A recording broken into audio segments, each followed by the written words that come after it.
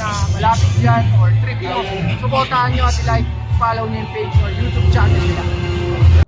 Eruption 2 dito sa Urbanscape, San Roque de la Galvay, main event natin, Encuentro Magingay! Ito na yung pangalawa natin na semi-finals match para sa Pinas Astig, unang Bara Bicol, ang kumpleto sa finalist natin. Congrats na sa ating unang finalist na si Day.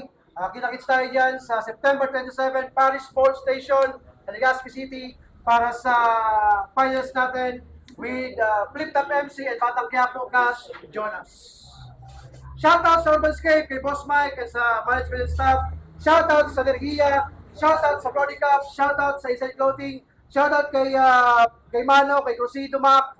Shoutout kay Bayaw, Diana Supremo. Kay Paning 2x2, Board Gorilla. And shoutout sa lahat ng MCs and staff na palaging nandito sa Encuentro since day 1. Pero ito, MC ko sa kaliwa. Ay, kaliwa. Kaliwa! Galing pa na Masbate, palakpakan para kay Tech One. Yo, Tech One, Island by Music, Bisman's Record, shoutout sa Sagpon Billiard Hall, sa mga taga Masbate, at sa lahat ng pumunta, let's go! Yan, shoutout kay Spacnot, shoutout kay Ding, kay Cleo. Ito, MC ko sa kanan, galing pa ng Pulangi at Naga City, Encuentro Champion, palakpakan para kay Senseiya. Yan, Senseiya. Shoutout sa bagong design ng Inside Clothing, tsaka siyempre sa Brody Cup, tsaka 4500 Brown na kusod. Lahat ng TBS. Yan. Okay, shoutout palagi kayo kay Body Cup. Nalano ng coin toss si Tech One, pinili niyang mauna si Senseiya. 90 seconds, no bad words, no cursing, no physical contact, time limit. Ano tayo ngayon? Sa finals tayo ngayon, medyo maigpit. Unang para kay Senseiya, pakinggan natin. Yo! Nagkakaroon lang to ng reaction pag dinadamay na si Tay niyan. Na kesyo depressed, tas maitim, kesyo kawalang respeto ng mangmang. Hindi ka ba aware na gawain ko din yan? Ang pinag-aiba lang, ginagawa mo lang yan para lang sa comedy attack habang ako pag nandamay tatay nagsisiiyakan mga anak mula kay Lad sa kay Box. Yung pambabadi bagang swak, may chance na sana kayo mag-champion kundi lang kayo mga wak. At speaking of wak, pangalan ng grupo nito ni Tech, Island Vibe Music. Mga rapper na ampaw, samahan ng mga laugaw. Island Music na yung sound trip ay tugtugan ng mga badyaw. Taong dagat, mga maalat na limlalima ng asta. Pag natututukan naman ng araw, mga nag-aamoy tinapa. Kaya anong palag nitong taga-dagat sa paglilitis kung magkaiba kami ng mga tinatapakang beaches. Lalim, manulawa, kung siya mas batay, ako Pacific at talagang magkaka-flow kapag may umaahong big fish. Ano, Claycy? Ano unang talo mo to, seryoso? Ang bobo-bobo nito. Nagmotos lang, hasta ng start, pamalit ka lang sa espero. Triple threat yung unang battle niya at ang nakakatawa sa nerdo, undefeated daw siya sa Masbate, tas yung debut niya, Encuentro. Ban-ban na puro yabang, yan lang meron ng kalabang ko. Nagyayabang kang undefeated, tapos isa pa lang yung laban mo? Bugo kayo, no? Kabago-bago lang pero kala mo sino na sa scene? Ano bang ambag mo dito sa liga, ha? Si Jice at si Ding, you're talking about achievements na wala ka naman din. Anong feeling na yung mga tinalo mo pa ngayon ang napapansin? Aray mo. Sinasa. Mga pandayo na tumamin. Sa FRBL, puluwat motos na siya rin gusto mong maging. Mga pangarap mo'y abot tanaw lang namin sa salamin. Kaya ano? Diba, estilo mo to, diba? Magyabang at magbida. Please taste your own medicine tool. Sige na magaling ka.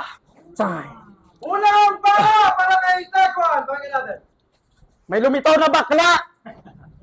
Yo! Encuentro game! Yo! Naging champion ka ng Encuentro! Kasi tinalo mo si Palara. Doon palang talo ka na Pinaka-weak daw naging champion, kaya hate niya si Palara. Kasi nasa isang tour na sila noon, pero una siyang nalaglag, buti nga. Pero galit ba talaga yung nararamdaman mo o inggit na malala? Kasi yung accomplishment na pinapangarap mo, siya yung nakagawa. Di ba? Kasi kung susumahin ng karera na ito'y pangtapan lang. Kasi nagrebelde si Palara sa Encuentro, kaya pinasalang yan. Pero sa mata ko at ibang MC, di mo malilin lang. Kasi tagasan nga ba yung founder nitong Encuentro? Di ba taga-ginubatan lang? O planado na tong tour na, puro Puro taga-ginubatan lang daw dapat kakamig. Yung Legazpi, Daraga at Masbate, pinili nyong pang side bet. Di ba talo ka na dapat kay Lad? Pero overtime yung ginawang rason. Alam nyo ba kung bakit? Para sa mga taga-ginubatan at pulang gilang daw, mapupunta lahat ng budget, mga mukhang money. Si Claycy 1, finalist na. Yung binadibag ko lang, bilis ng improvement. Paano? Magkatulong sa sulatan. Pinas Astig para kay Sensei, World War para kay Claycy 1. Di ba naka-computerize na yan? Kaso nakalimutan niya na may tech pa na sanay sa hakiran. Kasi sunod-sunuran kay Mickey Dio o yun ang totoo. Para sa pera't katanyagan, naging puppet na lang to. Katoliko ka pa naman, boy, mahiya ka sa balat mo. May pa-Christian ka pang nalalaman, pero sinasamba mo anito. Kasi kung hindi ka iniingatan ni Mickey D, matagal ka nang wala, brother. Pinipili na mahina yung kalaban para lagi siyang winner. Tapos magyayabang pa, malamay weather daw yung suntok. Wala kang mauutuser. Baka malamay weather yung galawan kasi cherry picker. Kasi, time. Last na pala yun. Yo, Huling banat para kay Sinsaya. nagpabayaro kay Lad. Nagpabayaro kay Lad. Yan ang sabi ng bungok.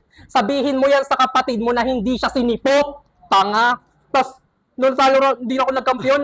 Nagdrama ako nung hindi ako nag-champion. Huwag kang magalala, dadanasin mo rin ngayon. Yaw! Istoryang Isla na game. Yay! Event sa Masbate. Hasil ang biyahe. Talagang ginutom kami ng super. Nag-cravings kami ng seafood. As in seafoods. Ang binigay nila cup noodles. Real shit. Istapa na yung TF, yung pa-FT pa ang chip. Yung binigay nilang cup noodles, may nakasulat pa na relief. Pinaka-weird yung na-event, yung mga matches, napaka-wholesome. May magtatay na naka-match up, nagsumbatan lang ng ulam. Sagad sa mga barang tutusok sa lalamunan. Iba yung battle sa Masbate, tol, pagalingan sila mangkulam. O di ba ganyan yan? Sa mga pangit na paraan niya itinatangi yung lugar, Masbates, best na tanging, best lang na pinakita'y pagkukupal, puro lang barang, puro kulam, bukang bibig nitong animal, representante ng Masbating may imahing immoral kasi para sa hype, nagpapakawak na sa mga pinupunto to, negro daw si Tantoy. Aba agoy, ang yabang naman ng anino ko. Lait rep, at self-bashing para mapahiyaw niya kayo. Talagang effective yung mga punchline kasi tumatama rin sa'yo. Ano bro? At speaking of bro, pag di niya ni-rhyme yung kosa bro, mosa bro, kasi ni-rhyme mo na eh. Mosa bro, panalo na to. Ano deal? Kasi outdated na yung rap skill, yung mga rhyming pagasgas. So anong haitong te kung di man lamang nag-advance? Kosa bro, ang butaw no? Then I will teach him, make it hard. Di kay magiging kosa bro pag nakulong ka sa aking bars. Di kita ka-match! Kitang-kita yan sa mga battles kung tinik. Puro pukpukan ng debate. Habang si Trila at Antoy sa'yo parehong unprepared. At yun ang masakit. Agay. Na natalo mo yung taong nagawa ako matalo kasi nag-freestyle lang sa'yo habang sa akin ay preparado. It means di mo mayayabang questionable mong panalo. Tanga walang makakatalo dun sa 3 lang nagpapayo. At bilang panapos, kahit may limit, tapos sa minute, isasagad ko pa rin to. O pasensya na sa'yo kung over the limit sa lakas mo ang pinapakita ko. Bano! Yo! Huling banat para kay Tekwa. Wag kang aasta na sarta nga, hindi ka pa hubog.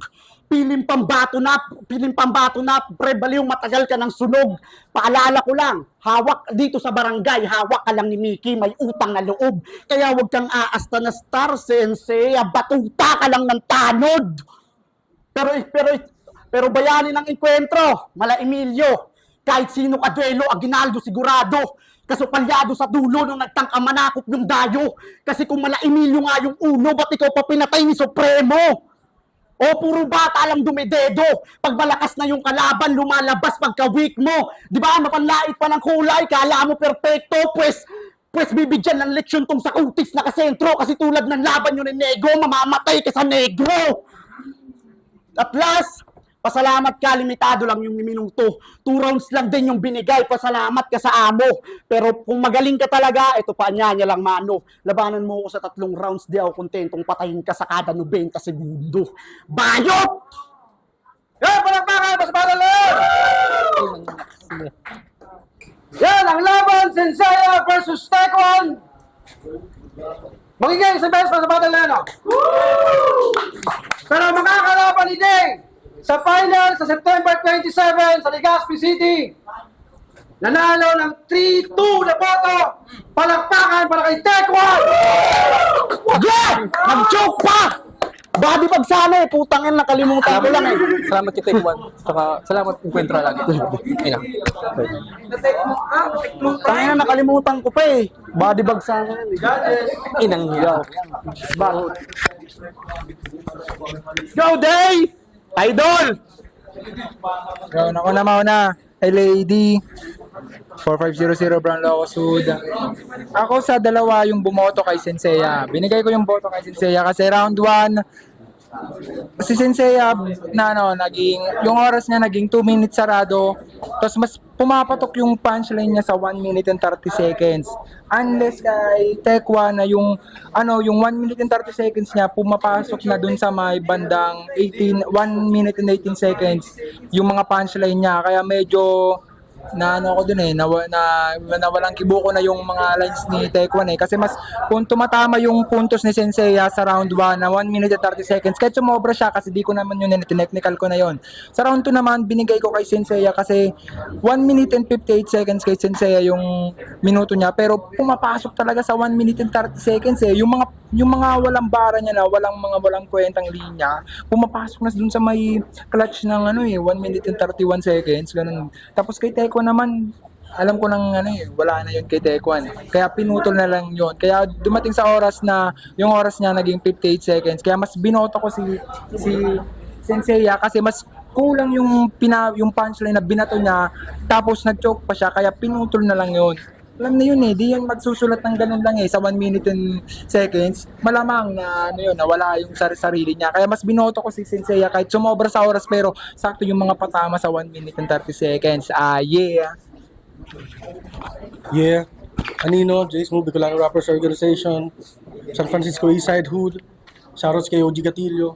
Binoto ko, round 1 and round 2, si Taekwondo. Round 1 medyo pantay kasi may konting mga stumble si Taekwondo. Kay Senseiya naman, may isa siyang mura. Ewan ko kung sinasadya niya yun o hindi, pero for technicalities ulit, i-dead ako yun sa kanya. Tapos mahaba rin talaga yung rounds niya, umabot ng 2 minutes. Tapos mas effective yung mga banat at grabe din yung creativity wise. Binoto ko si Taekwondo sa round 1. Round 2 naman, kala ko tatabla na talaga pero mas maraming pumasok na linya kay Taekwondo. Pumasok talaga sa oras. Kaya binoto ko rin talaga siya sa round 2. Kay Senseiya naman, okay naman sana kaso nalamangan lang talaga ng mga bara ni Taekwondo si Senseiya. Kaya yun, round 1 round 2 Taekwondo. Yan, I'm very mo. Base nga sa instruction ni Tay sa rules ng Pinas Astig. So, round 1, mas lumanding yung 5 punches ni Senseiya. Kay Taekwondo, 4. So, mas nangibabaw pa rin yung 5 sa 4. Tas yung flawless na performance kasi sabi ni Tay kanina yung titingnan yung linis din. So, round 1 binigay ko kay Senseiya. Sa round 2 naman, yung kay Taekwondo solid kaso 1 minute lang eh. Yung time dun 1:30 dapat. So, kay Senseiya kahit medyo sumobra 20 seconds, mas maraming lumanding na malinis sa second round. Kay Taekwondo solid kaso 1 minute lang. So, 1-2 kay Senseiya. Congrats kay Taekwondo. Mista, round 1 binoto ko Taekwondo. Mas natripan ko yung paglaro niya ng Angulo, yung hacker. Pero solid rin naman yung binitawan ni Senseiya na tatapakan na beaches tapos yung big fish. Round 2, binoto ko si Taekwondo. Binasi ko na lang sa time limit. Yeah. So yun, binoto ko si Makas. Ay, wala na pala. Yo, Kamers nga pala. Kung ang labanan nito ay di sumusunod sa oras, panalo si Senseiya. Pasalamat ka na lang dahil nag-choke si Taekwondo. So, yung lumamang lang talaga round 1, round 2, halos kunti lang yung lamang ni Taekwondo sa oras. Sa round 2 naman ni Senseiya, halos inabot siya ng 2 minutes and 29 seconds. And dito na yung sa Taekwondo sa round 2 niya. Pasalamat ka dahil nag-choke ka and mabigat din yung mga bara. Inabot lang ng 1 minuto and 6 na segundo. So, puto ko, Taekwondo. Okay. Shout out kay Sensei.